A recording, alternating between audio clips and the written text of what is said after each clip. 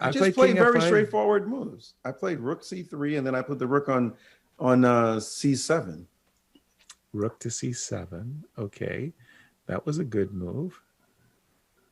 And look at this. And I wanted to take the pawn. Magnus has played rook f7. He's played rook f7, anticipating the depth of rook c3 and rook c7.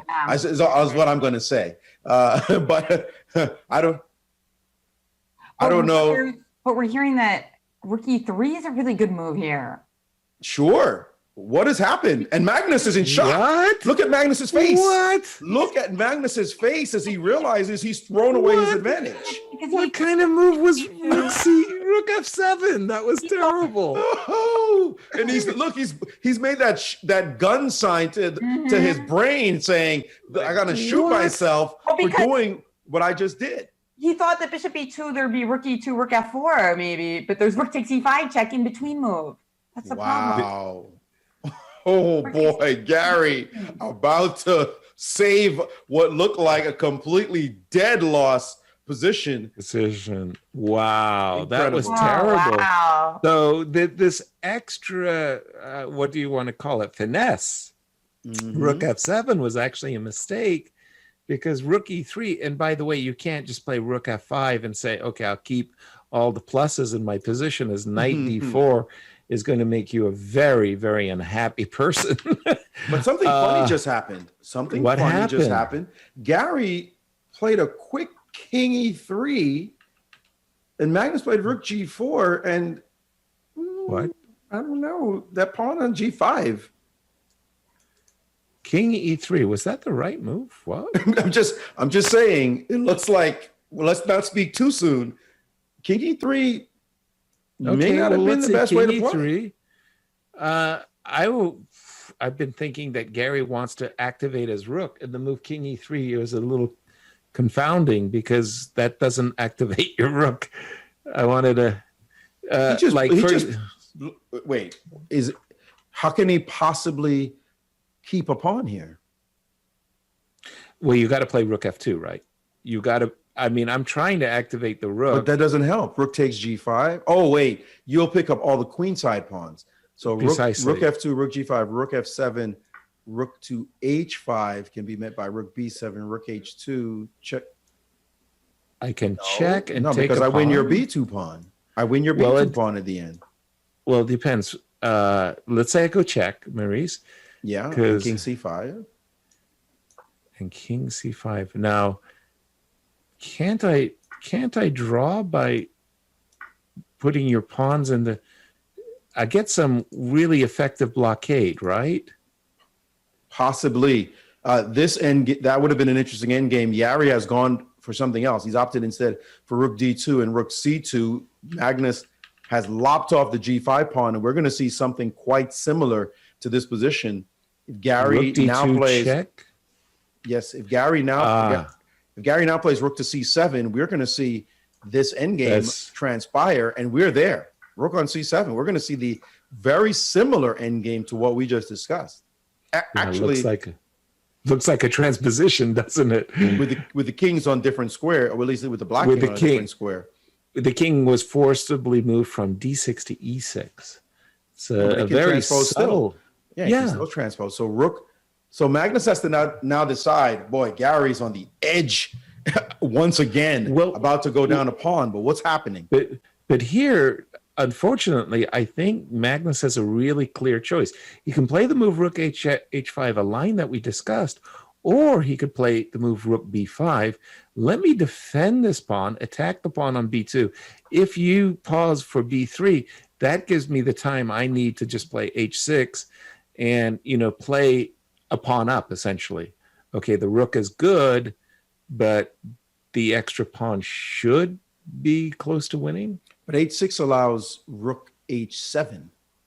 Whoa, Gary took on h7. Hold on. Wow, we're in an exciting endgame suddenly. Oh, he did play rook b5 in the game. He did. Rook b5. I'm sorry. It did get played, but Gary took on h7 immediately. He did not pause. He allowed rook takes b2, and now he's played a4. Okay, this is a much more sensible choice by Gary. even if you get the A pawn, you'll be left with your A pawn, which is not exactly the pawn you want to have in order to win this game. And it's a blitz game now, guys. 1 minute to 3 minutes, as Gary's just played the move H4. This is looking A5, this is H4. looking really drawn, actually. H4. wait, We've got H- rook b4. Yeah, H4 is rook b4, though. Hold on. Rook What? B4 cutting off the king, so the king doesn't get counterplay with king F4, king G5. But also just Exactly. attacking stuff. Yeah, that too. Both pawns are going to drop if you try to move your rook away. Is H4 a mistake? I don't know, but it looks like rook b4 is really good. Played. Looks, I mean, huge. And he's played it because what you said, Jennifer, the white king is completely cut off now. And I'm going to just play b6, king f5, and I'm going to start picking up some weak pawns. Rook h6 on the board. Okay, it makes sense. Gary's prepping. If you go king f5, h5 will draw the game. So king f6. So king F7 king was f5. played, H5 on the board. Right? And So- like you say, ooh. Oh, look at this. Gary was hoping after this capture to play rook b5. And if you play rook b4, trade the rooks, and his king quickly comes over. That's what he was hoping for. That line, well, we're seeing it differently now. If you go back one move, Yeah, Yaz, you're right. Yes. though. rook takes, no, keep going. H5 takes, rook takes a4, and then rook b5. And if you play, Then and if he you has play rook. rook b4, then rip it off and play king to d4, and we get the draw. Gary is We're gonna get the same thing. drawing anyway. Look Because- at that. Yeah, because the king is so far away. So if rook A4, rook B5 is going to force rook B4, right? Let me just refresh So you need your my king board. like to leap to C7 or something. He just So played rook B's B5, B6, right. rook B5. So if you play rook A4, rook B5. Yes, Exactly. Exactly. That's It's a draw. transposes.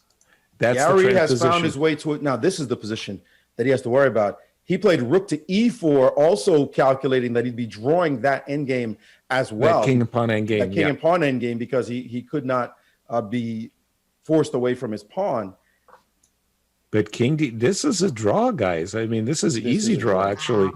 The king comes to C2. Wow. Wow. Gary showed some Like- tenacity. Like, wait a minute. And look at Magnus. Magnus is disgusted.